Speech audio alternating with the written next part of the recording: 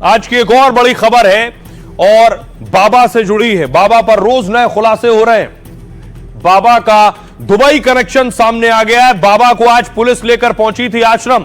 तस्वीर मैं आपको दिखाऊं, ये वो तस्वीर है जब बाबा को उनके आश्रम लेकर पुलिस पहुंची है, आश्रम के अंदर गई है लेकर। मैं आ रहा हूं।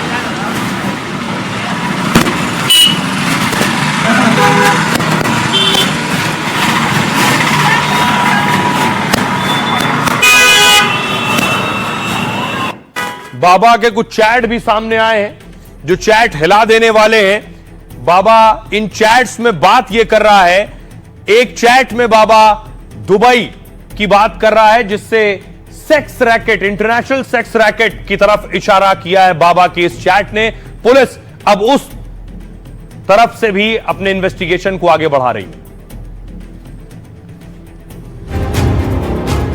बाबा के गंदे काम में अब आया है एक शेख का नाम। वो शेख दुबई से जुड़ा है और उसके लिए बाबा हिंदुस्तान में शिकार की तलाश करता था। ये बात हम नहीं कह रहे, बल्कि वो व्हाट्सएप चैट कह रहे हैं जो बाबा के मोबाइल से पुलिस ने बरामद किए हैं।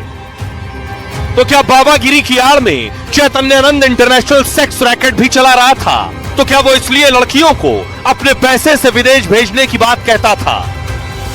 इन सवालों के जवाब पुलिस की जांच के बाद ही सामने आएंगे, लेकिन इसमें कोई शक नहीं कि उसने भगवा चोला सिर्फ और सिर्फ अपनी काली करतूतों को छिपाने के लिए डाल रखा था।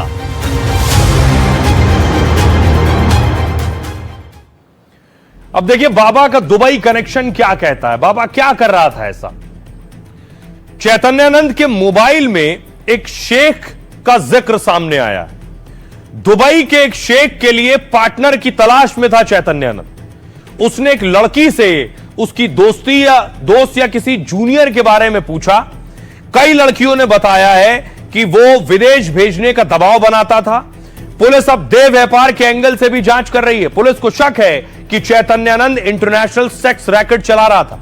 चैतन्यानंद केस में मानव तस्करी का एंगल भी हो सकता है। चैतन्यानंद अश्लील टॉय का भी शौकीन था। उसके कमरे से एक अश्लील टॉय बरामद हुआ है। पुलिस ने 5 एडल्ट सीडी भी बरामद की हैं।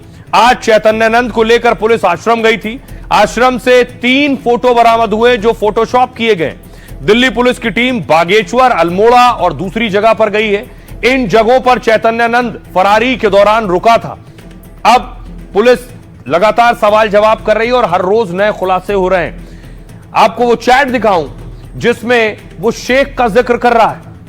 ये है बाबा के वो चैट जिन चैट्स में good evening my most beloved baby daughter, ये सारी चीजें बाबा लिख रहा है।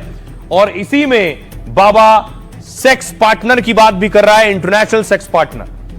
सुनिए जरा, आइए आपको सुनवाता हूं।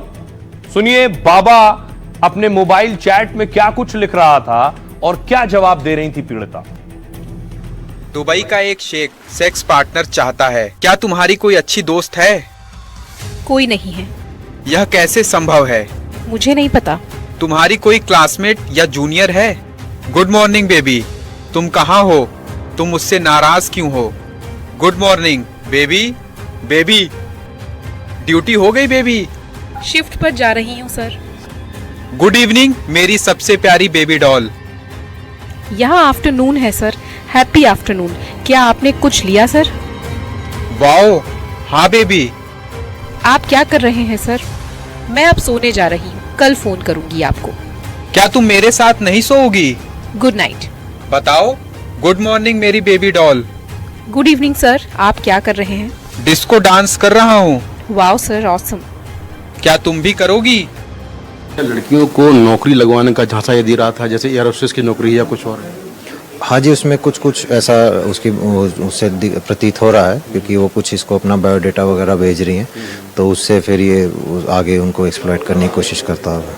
बाबा के मोबाइल्स में कुछ ऐप मिला है आपको जिसमें ये सीसीटीवी कैमरे का एक्सेस था, वो क्या है? वो ऐप है जो जिससे सीसीटीवी का वो अपना फ़ोन में देख सकते हैं, तो वो वाली ऐप इसके फ़ोन में मिल रही है। बाबा कोई इंटरनेशनल नंबर का भी इस्तेमाल कर रहा था फरारी के दौरान, और उसका क्या रोल था, बेसिकली क्यों कर रहा था ये?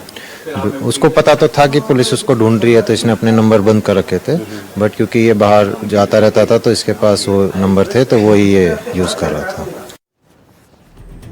और आइए, कल दशहरा है, रावण जलाया जाएगा। उससे पहले एक और खबर है जो रावण के लिए अच्छी नहीं, लेकिन फिर भी रावण जलेगा। तस्वीर देखिए जरा, बारिश हुई, बारिश के बाद देखिए जरा, यह है रावण का हाल, जलने से पहले ही भीग गया है।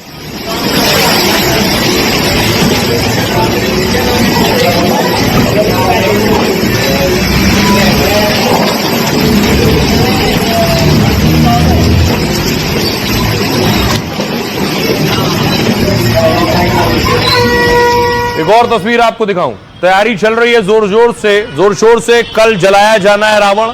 तो कहीं अभी देखिए पंडाल के अंदर है तो बारिश से सुरक्षित है, लेकिन कई जगह के रावण बह गए, गल गए, धुल गए। जलने के लिए तैयार बैठा था रावण, लेकिन अश्विन महीने में आसमान से बरस गए आषाढ़ और सावन, लाल पीले होते होते गीले हो गए। जयपुर की तस्वीर देखिए, इंद्र देवता ने ऐसा धोया कि राक्षसों के राजा औंधे मुंह पड़े नजर आए। दिल्ली में भी आसमान से गिरी आफत मूसलाधार, तो रावण महाराज हो गए तरबतर। दिल्ली के राजौरी गार्डन में रावण पर बारिश की बूंदों की ऐसी मार पड़ी कि उनकी कमर टेढ़ी हो गई और गर्दन झुक गई। लेकिन कोटा की तस्वीर दिलचस्प है, देश का सबसे बड़ा रावण बारिश में भी सीना तान खड़ा रहा। अब कुछ घंटों की बात है, बारिश हो या ओले पड़े, रावण को जलना है और वो जलेगा। आज नवरात्र का आखिरी दिन है और आज कन्या पूजन की परंपरा है।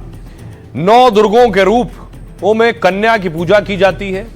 यूपी के मुख्यमंत्री योगी आदित्यनाथ ने गोरखधाम मंदिर में नवमी की पूजा की और कन्या पूजन किया। उन्होंने छोटी बालिकाओं के पैर धोए और उन्हें अपने हाथों से खाना खिलाया। सेना के जवानों ने अखनूर सेक्टर में गांव वालों के साथ हवन किया और कन्या पूजन भी किया। इस कार्यक्रम में स्थानीय लोगों और जवानों ने सीमावर्ती क्षेत्र में शांति, समृद्धि और एकता के लिए प्रार्थना की।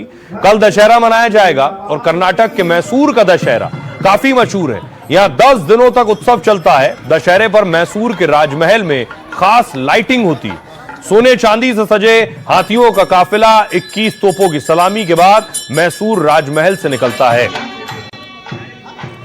तो सभी को कल का इंतजार है जब रावण जलेगा। खबरों में आगे बढ़ते हैं। आज की एक और खबर है, दर्दनाक खबर है। जानलेवा कफ सिरप से सावधान रहने की जरूरत है। खांसी और कफ है तो दवा लेने से पहले सोचें। यह दवा ली और दावा किया गया ये कफ सिरप है। बच्चों को एक कफ सिरप दिया गया और कई बच्चों की मौत हो गई, ये दावा है।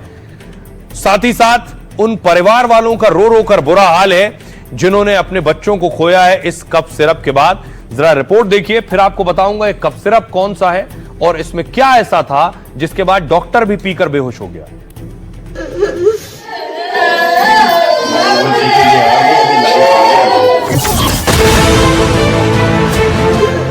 एक मां पर दर्द का पहाड़ टूटा है। उसने कभी सपने में भी नहीं सोचा था जो दवा अपने बच्चे की बीमारी को ठीक करने के लिए दे रही है वो जानलेवा साबित होगी।